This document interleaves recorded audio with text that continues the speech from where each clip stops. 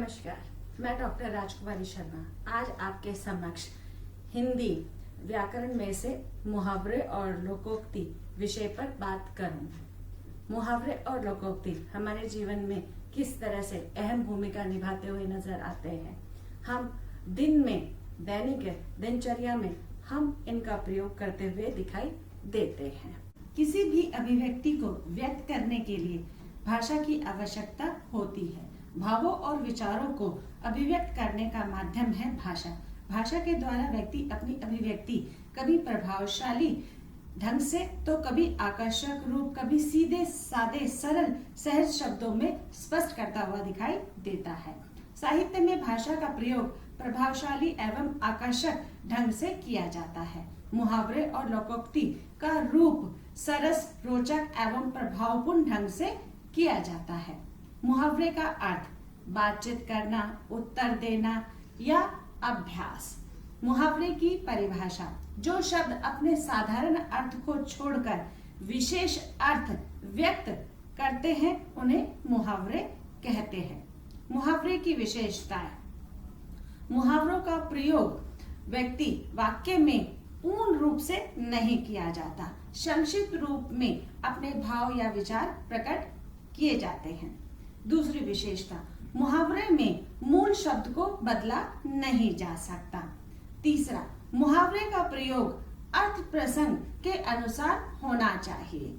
चौथा, मुहावरा समाज पर, रीति रिवाजों पर या परंपराओं पर आधारित होते। मुहावरे की रचना अर्थ, समाज और देश के विकास के अनुरूप होनी चाहिए या होती है। मुहावरों को निम्नलिखित आधारों पर वर्गीकृत किया जाता है। पहला है सादृश्य पर आधारित, यानी कि दृश्य पर आधारित होने चाहिए। दूसरा है शारीरिक अंगों पर आधारित। हम देखते हैं कि मुहावरे में कई प्रकार के अंगों का भी प्रयोग किया जाता है, जैसे आंख, नाक, कान, बगल आदि का प्रयोग किया जाता है। तीसरा है असंभव पर आधारित। चौथा है कथाओं पर आधारित, यानी कि पौराणिक कथाओं पर आधारित हम मुहावरों को देखते हुए नजर आते हैं। पांचवा है प्रतीकों पर आधारित, यानी कि हम प्रतीक के माध्यम से अपनी भावा अभिव्यक्ति को भी व्यक्त करते हुए नजर आते हैं।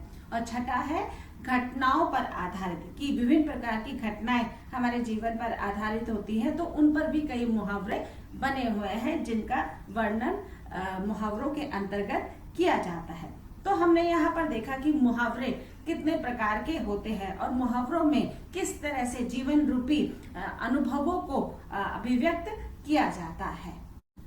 इसका क्या अर्थ है? लोकोक्ति को किस तरह से अभिव्यक्त करते हैं?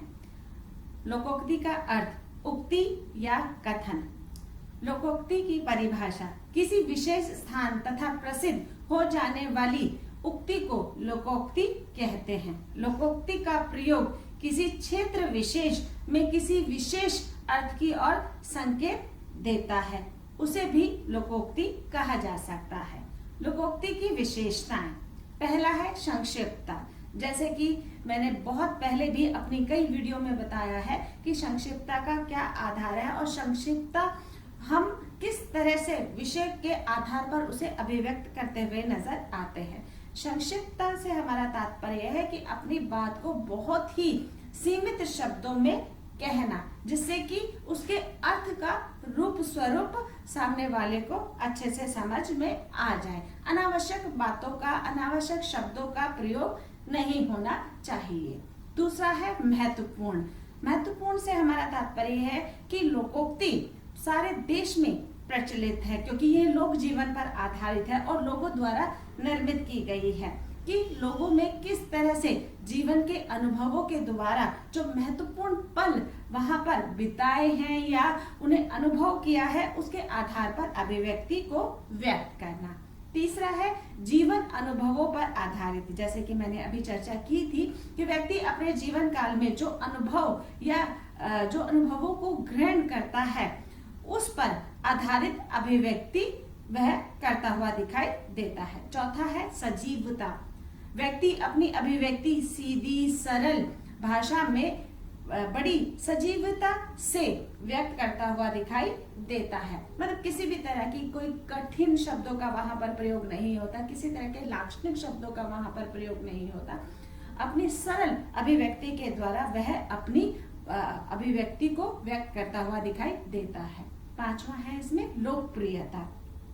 समाज में उत्पन्न मान्यताएं एवं विश्वासों से परे होने के कारण लोकोक्ति लोकप्रिय होती है, क्योंकि मैंने बताया कि ये लोक जीवन पर आधारित होती है और लोग अपने अनुभवों के द्वारा इसे निर्मित करते हुए दिखाई देते हैं। ना ही इसका कोई विद्वान है, ना ही कोई लेखक है, लोगों ने अपने अनुभवों के आधारों पर इनको गढ़ा गया है। जैसे आपने बहुत सारी लोकोक्तियां अपने जीवन में सुनी हो, जैसे मुंह में राम बगल में छुरी, ऊंची दुकान फीके पकवान, मन के हारे हार है मन के जीते जीत। हमने इस तरह की बहुत सारी लोकोक्ति अपने जीवन में सुनी है जो हमें बहुत ज्यादा प्रेरणा या चीजों से आगाह करती हुई दिखाई देती है। इससे व्यक्ति के व्यक्तित्व का भी पता चलता है कि वह किस तरह से अपने आप को अभिव्यक्त कर रहा है। मुहावरे और लोकोक्ति में अंतर।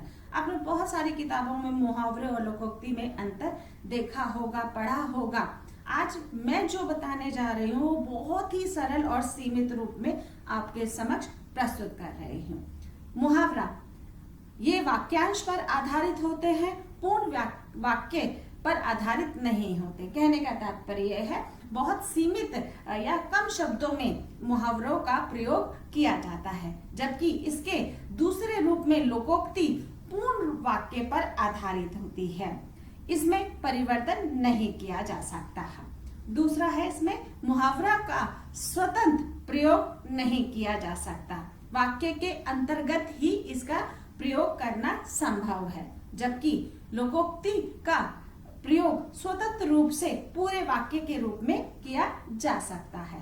तीसरा है मुहावरा शब्दों में लाक्षणिक और व्यंजनात्मक रूप का प्रयोग किया जा सकता है, पर लोकोक्ति में लाक्षणिक और व्यंजनात्मक रूप का प्रयोग नहीं किया जा सकता।